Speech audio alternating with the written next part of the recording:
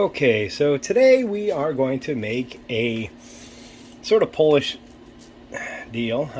Delicacy. I love this. This is the meal I love.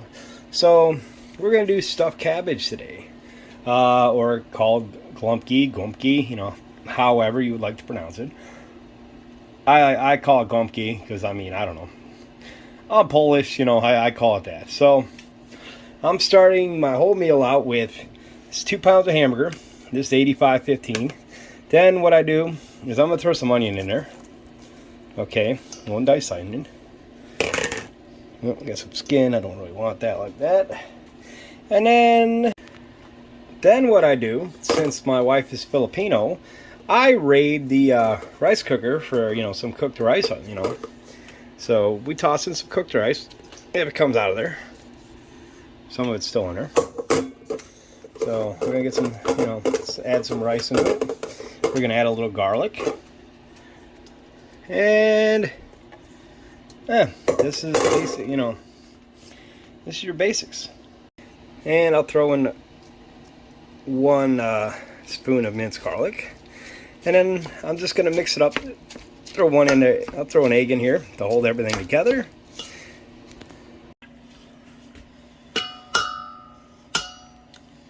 So we'll do 1 egg. Amazingly, I did that with 1 hand. Maybe I'll do another one. That was not as good. But it's in there. It doesn't matter. So now we're going to mix all this together. Alright. And this is the basis. This is our filling, basically, of our stuffed cabbage / Golombki. Normally I'd knead this with my hands. The wife is outside doing some other video, I believe. So once this is all mixed up, then we're going to prepare our cabbage. So there's different ways to do cabbage. Some people will actually put it in boiling water, soften it up. Other people will. Yeah. I personally just do it my own way. I just don't bother. So, and then cabbage from the farm, all ready to go. So I'm going to now dice this up, get that ready to go. So here's our cabbage. Basically what I do with the cabbage is I'll go around and I cut every one off, right? And it should start pulling away, as you can see. It starts pulling away. And like some people, and see, they just pop right off. They're not really that bad. A lot of people do. They want them perfect, but, very good, If you look, see, it pulls right apart. And, it doesn't really rip. Yep, almost lost that one, but, yeah. So you don't really need to heat them, if you want to, but I don't bother with it. There's a method, like I said, you drop the head in the water, put a little salt in the water. Basically it'll warm the leaves up so the leaves will come off easier. But I don't really do it that way. So I basically take a nice handful of cabbage, a handful of hamburger with our mixture.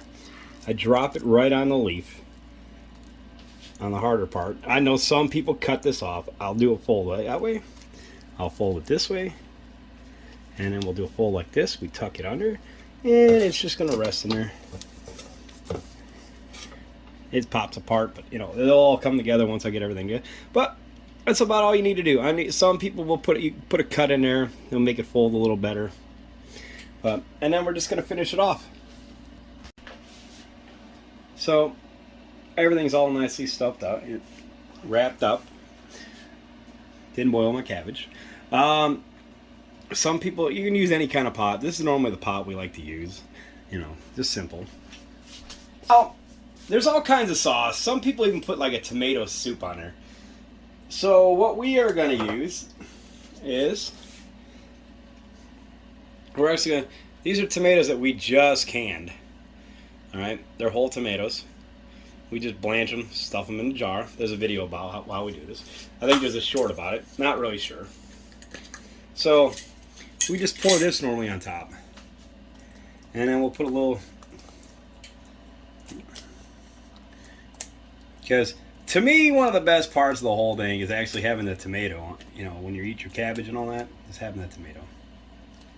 So, nice and chunky. So good. So good, people. And then, you know, you add a little salt, a little pepper, a little garlic, and that's it. But we already have garlic inside the in the hamburger, so all we need is just a little salt, pepper, and we out. So we're gonna toss it in the oven. I mean, depends on how fast you want to cook it. I normally just do 325, and we'll let it cook for about an hour, maybe hour and a half. So you want to cook it a little faster, you know, 375, 45 minutes, but realistically do 325, hour and a half, set it, forget it, ready to roll. Okay, and hour and a half later, and our Golombkis are done. And ready to eat.